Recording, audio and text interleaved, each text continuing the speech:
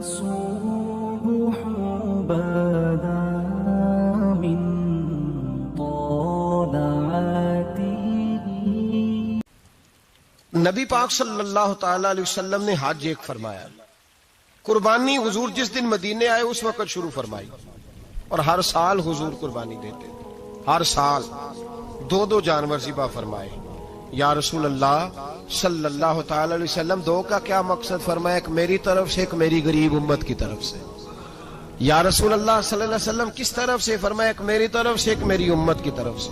کبھی فرمایا ایک میری طرف سے ایک میرے اہل بیت اور میری امت کی طرف سے. دو جانور حضور نے ذبح فرمائے. اور پھر میرے حبیب پاک صلی اللہ تعالی علیہ وسلم کے غلام مولا علی شیر خدا، ابن ماجہ کی روایت ہے، حضرت علی شیر خدا فرماتے ہیں کہ نبی پاک علیہ الصلوۃ والسلام دو جانور ذبح کرتے تھے. خود حضرت علی کی جب باری آئی تو انہوں نے بھی دو فرمائے. تو صحابہ نے پوچھا کہ علی دو کیوں؟ دو کس لیے؟ تو حضرت علی رضی اللہ تعالیٰ عنہ فرمانے لگے مجھے میرے حبیب نے وصیت فرمائی تھی کہ علی تو نے دو کرنے، ایک اپنی طرف سے کیا کرنا، ایک میری طرف سے کرنا. تو میں ایک اپنی طرف سے دیتا ہوں، ایک اپنے نبی پاک کی طرف سے دیتا ہوں صلی اللہ علیہ. دو جانور. آپ لوگوں نے سنی ہوئی ہے یہ بات کہ مہینہ کھانا نہیں پکتا تھا حضور کے گھر میں. حضرت عائشہ فرماتی ہیں 3 چاند اور 3 سورج کٹھے کبھی نہیں دیکھے جب ساتھ روٹی بھی کھائی ہو. یعنی 3 دن مسلسل کبھی کھانا نہیں کھایا. قربانیاں کتنی دی بولیے؟ حضرت علی شیر خدا کا مکان کوئی نہیں اپنا، کوئی گھر نہیں بنایا. مولا کائنات شیر خدا، میں نے یہ بات پھر دوہرا رہا ہوں، پہلے بھی میں نے عرض کی تھی، پکا کرنے کے لیے دوہرا رہا ہوں. حضرت علی کا کوئی کاروبار نہیں بظاہر. بی بی صاحبہ فرماتی ہیں کہ کئی ہفتے صرف سرکہ اور کھجوریں. قربانیاں کتنی؟ اسی سارے صاحب لان ٹورے ہیں کہ ساڑھے تے لگ دیئے کہ نہیں پکا. اور پھر جب بات ہوتی ہے دینے کی تو ماحول اور ہوتا ہے، جب لینے کی باری ہوتی ہے تو ماحول اور ہوتا ہے. قربانی واجب ہے اس شخص پر جس کے پاس 52.5 تولے چاندی یا 7.5 تولے. لیکن میں 7.5 تولے والا فتویٰ نہیں دیتا، میں 52.5 تولے چاندی والا فتویٰ دیتا ہوں.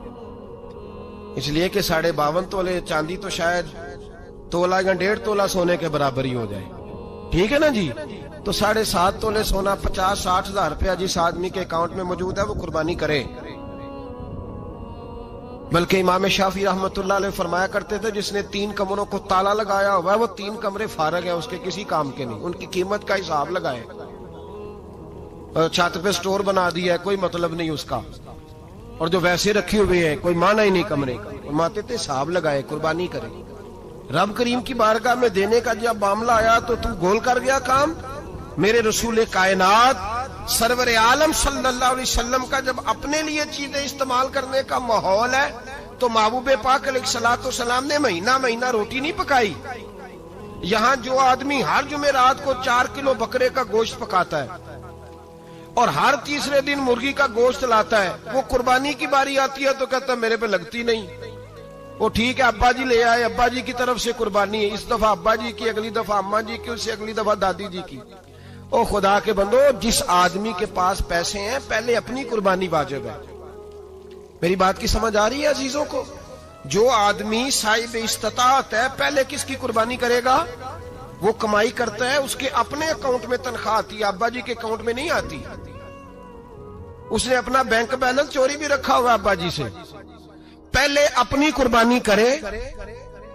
اگر اس کو شوق ہے، دل کرتا ہے تو ایک اور خریدے، پھر ابا جی کی طرف سے کرے. اگر اللہ نے توفیق دیا تو ایک اور خریدے، اماں جی کی طرف سے کرے. اور اگر اس کے دل کو اللہ ٹھنڈک عطا کرے، سکون کرے، تو پھر اپنے رسول کی طرف سے بھی قربانی دے، پھر اپنے محبوب کی جانب سے بھی قربانی کرے.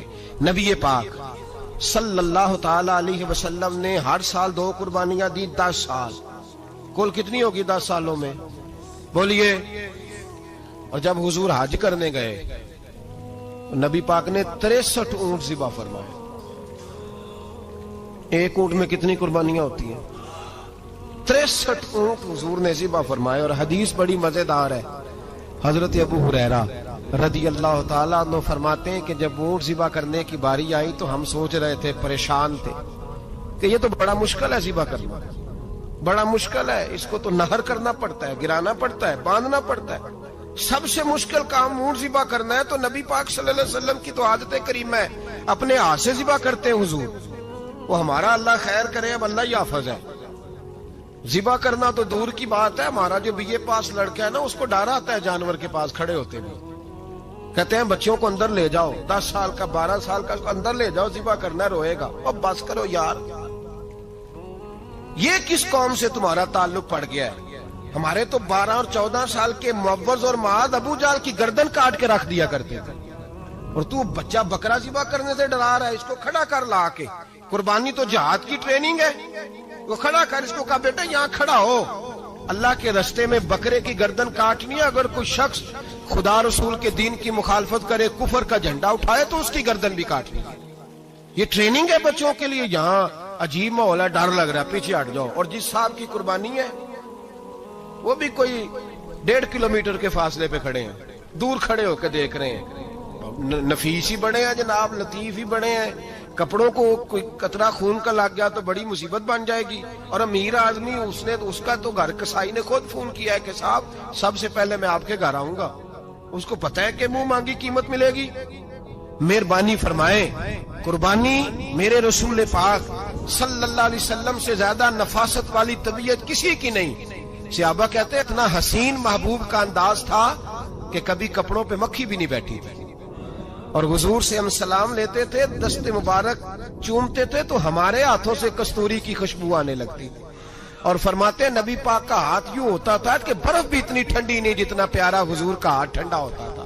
پھر بھی حضور دست مبارک میں خنجر پکڑتے، جانور کو لٹاتے اور اپنی طامت کو سمیٹتے، اور اللہ کے حبیب گھٹنا رکھتے اس کی گردن پر، اور بسم اللہ اللہ اکبر کہہ کے ذبح فرماتے۔ حضور خود دست مبارک سے۔ تو اتنا زیادہ نازک مزاج ہو گیا ہے کہ اب یہ والی سنت ادا کرنا مشکل ہو گیا تیرے لیے۔ 63 اونٹ ہیں، اور صحابہ کرام علیہم رضوان فرماتے ہیں کہ حال یہ ہے ہم سوچ رہے ہیں کیسے ذبح کریں گے، کیا کریں گے، کیسے گرائیں گے۔ اور نبی پاک صلی اللہ علیہ وسلم کہتے ہیں ہم ابھی سوچ میں ہی تھے کہ حضور نے چھری پکڑی۔ خنجر جب حضور نے اٹھایا تو فرماتے ہیں اونٹ دوڑتا ہوا آیا اور نبی پاک کے سامنے آ کے لیٹ گیا۔ فرماتے ہیں اللہ کے رسول نے بسم اللہ اللہ اکبر کہہ کے ذبح کیا، اس نے ٹانگ بھی کوئی نہیں ہلائی، پیر بھی کوئی نہیں ہلایا۔ وہ کسی شاعر نے بڑی عجیب بات کہی تھی، اس نے کہا پھنسی جو دام میں بلبل تو لگی یوں کہنے، کرے گا قتل کیا تو نے جب اسیر مجھے، کباب شمع کے شعلے پہ کیجیو صیاد، شکل گل نظر آئے دم اخیر مجھے۔ وہ کہتے ہیں بلبل کو شکاری، صیاد شکاری، شکاری نے پکڑ لیا بلبل کو، تو صیاد سے بلبل کہنے لگی تو نے پکڑا ہے تو قتل تو کرے گا ہی نا، کھائے گا تو صحیح، ایک میری منت ہے۔ شکاری کہنے لگا وہ کیا؟ تو بلبل کہنے لگی جب تو مجھے ذبح کرے نا اور پکائے تو مجھے پھول سے بڑی محبت ہے، اس طرح کرنا، کوئلے اتنے زیادہ دہکانا، اس قدر زیادہ آگ جلانا کہ ان کی شکل گلاب کے پھول کی طرح سرخ ہو جائے، تو جب تو مجھے ان پر جلائے گا تو مجھے تکلیف نہیں ہوگی، اس لیے کہ محبوب کا چہرہ جو سامنے آ جائے گا مجھے تکلیف نہیں ہوگی۔ پھنسی جو دام میں بلبل تو لگی یوں کہنے، کرے گا قتل کیا تو نے جب اسیر مجھے، کباب شمع کے شعلے پہ کیجیو صیاد، او شکل گل نظر آئے دم اخیر مجھے۔ اعلیٰ حضرت بریلوی علیہ رحمہ فرمایا کرتے تھے، فرماتے تھے بڑی تکلیف ہوگی، بڑی تکلیف ہوگی جب جان نکلے گی۔ روایتوں میں آتا ہے جس طرح باریک دوپٹہ جھاڑیوں پہ ڈالا جائے، کھینچا جائے تو پھٹ جاتا ہے، یوں تکلیف ہوگی۔ پر فرمانے لگے رسول اللہ کے غلام کو کوئی تکلیف نہیں ہوگی۔ حضور کیوں؟ فرمایا اس لیے کہ جب جان نکلنے لگے گی تو سامنے جلوہ ودوحات آ جائے گا، حضور کے جلوے ہوتے رہیں گے تو پتہ ہی نہیں چلے گا جان کیسے نکل گئی۔ پھنسی جو دام میں بلبل، تو صحابہ فرماتے ہیں کہ اونٹ دوڑتا ہوا آیا، حضور کے سامنے آ کے لیٹا، نبی پاک نے ذبح فرمایا اور فرماتے حد ہو گئی۔ حضور نے توجہ فرمائی تو دوسرا دوڑتا ہوا آ گیا، تیسرا آ گیا۔ حضرت ابو ہریرہ فرمایا کرتے اونٹ ایک دوسرے کو دھکے دیتے تھے، پیچھے ہٹ جا، پہلے میں نے جانا ہے، پہلے میں نے جانا ہے۔ 63 اونٹ وادی منا میں حج کے موقع پر میرے رسول پاک نے دست مبارک سے ذبح فرمائے۔ ہر قربانی حضور نے اپنے ہاتھوں سے فرمائی. قربانی واجبات دین میں سے، ضروریات دین میں سے ہے، اور کوئی اتنا لمبا چوڑا مسئلہ نہیں. بہت ساری چیزوں کو خود بخود مشکل کر لیتے ہیں. ٹی وی پہ خبر آتی ہے فیصل آباد کے 2 بیل ہیں، بھولو اور ڈھولو، پتہ نہیں کتنے من ان کا وزن ہے. ان سے پوچھا جا رہا ہے کہ بھولو ڈھولو کھاتے کیا ہے؟ تو کہتے ہیں بادام کھاتے ہیں، مکھن کھاتے ہیں.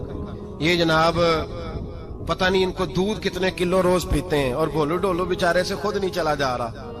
لگ ایسے رہ جیسے وہ خود کہہ رہے ہیں مہربانی کرو ہمیں ذبح کر لو. اب تو اٹھا بیٹھا بھی نہیں جا رہا. او خدا کے بندو، دین کی اصل حقیقت کو سمجھو. یہ تو حضور نے فرمایا خوبصورت جانور لاؤ، یہ کس حدیث میں آیا ہے کہ اسے بادام کھلاؤ؟ آج لوگ انسانوں کو روٹی نہیں مل رہی اور جانوروں کو بادام کھلا رہے ہو. اس کے حصے میں جو اللہ نے شے رکھی ہے نا، وہ چارہ ہے. اس کو چارہ کھلاؤ اور اچھے طریقے سے پیٹ بھر کے کھلاؤ. جانور کو پیٹ بھر کے چارہ کھلایا جائے تو جتنی اس کی طبیعت ہوتی ہے اس حساب سے وہ صحت مند ہو جاتا ہے. باقی یہ تو آپ کسی شخص کو اتنا کھلا دیں کہ اس کا پیٹ اتنا بڑا ہو جائے، پھول جائے، تو وہ بیچارہ تکلیف میں آئے گا کہ نہیں آئے گا؟ یہ کس قسم کا ماحول ہے؟ ایک بکرا بکا ہے لاہور میں، اور سیٹھوں نے شرطیں لگائی ہوئی ہیں، میں 5 لاکھ کا لایا ہوں تو میں 9 لاکھ کا. یہ کیا چکر ہوا؟ مجھے اتنا کھلایا جی، اس کو فلاں چیز. یہ کس نے کہا ہے کھلانے کا؟ بادام کھانا کس حدیث میں آیا؟ کس صحابی نے اپنے بکرے کو بادام کھلائے؟ کس نے مکھن کھلایا؟ کس نے پیڑے کھلائے؟ بس کرو. عجیب تماشا لگ گیا. اور یہاں تو اتنی بری حالت ہو گئی ہے کہ عورتیں ناچنے لگی ہیں قربانی کے جانوروں کے آگے، بیبیاں بیچنے لگی ہیں. اللہ کے غضب کو آواز نہ دو. یہ قربانی ہے کہ ہر چیز کا، مذہب کی ہر شے کا مذاق بنا دیا ہے. جس دین نے عورت کی اپنی قربانی بھی ہو تو اس کو ذبح کرنے کی اجازت نہیں دی، مرد ذبح کرے گا. جو دین کہتا ہے کہ عورت ذبح نہیں کرے گی، وہ عورت بیچ سکتی ہے اللہ کے جانور؟ یہاں جس کا میں نے رمضان میں بھی کہا تھا، پھر بات دہراتا ہوں، سارا سال ناچتے گاتے ہیں، اور عید کا موقع آتا ہے تو 2-4 مولوی بٹھا کے وہ دین سکھانا شروع کر دیتے ہیں. کوئی پتہ ہی نہیں، کوئی خبر ہی نہیں. جس بوتل میں کل تک شراب بک رہی تھی اسی میں دودھ پلاؤ گے؟ جس برتن میں کل تک پیشاب تھا اس میں آج لوگوں کو شہد پلاؤ گے؟ بس کرو، یہ مذاق نہیں، یہ رسول اللہ کا دین ہے. نبی پاک سید عالم صلی اللہ تعالی علیہ وآلہ وسلم نے کوئی ذمہ عورت کے کوئی چیز نہیں لگائی ایسی جس میں اسے مردوں کے ساتھ شامل ہونا پڑے. اور عورت سمجھ ہی نہیں رہی کہ یہ اس کی تذلیل ہے، عزت نہیں. صابن بک رہا ہے تو ساتھ بی بی کھڑی ہے، شیمپو بک رہا ہے تو عورت اس کی جو ہے وہ ایڈ دے رہی ہے. یہ عزت ہے عورت کی؟ رسوا کر دیا تم نے ہر شے میں عورت. اب قربانی کا جانور بھی بی بی بیچے گی؟ غیرت کہاں گئی اس قوم کی؟ میرے رسول پاک سرور دو عالم صلی اللہ تعالی علیہ وسلم کو کسی نے آ کے کہا فلاں قبیلے کے لوگوں نے عورت کو سربراہ بنایا ہے، عورت کو آگے لگا لیا ہے. فرمایا تباہ ہو گئے وہ لوگ انہوں نے عورتوں کو اپنے آگے پیشوا بنا لیا. جس رب نے عورت کو نبوت نہیں دی، امامت کرنے کا حق نہیں دیا، کس چکر میں لوگ پڑ گئے؟ 5 لاکھ کا جانور کس لیے لائے ہو؟ 5 لاکھ کا تفاخر کے لیے، دکھانے کے لیے؟ تو اگر 50,000 کا 60,000 کا بھی جانور لاتا تو اچھا آ جاتا. اور 50,000 کا جانور لائے تو 5 لاکھ میں کتنے آتے ہیں؟ بولے تو 10 جانور ذبح ہوں گے تو کتنے غریبوں تک گوشت جائے گا؟ کتنے گھروں کا بھلا ہوگا؟ ہر چیز کا چکر الٹا کر دیا گیا ہے. اور یہ صرف حج کے لیے ہوتی تو میرے رسول پاک ہر سال قربانی نہ کرتے. اور میرے نبی پاک قربانی دینے کا حکم.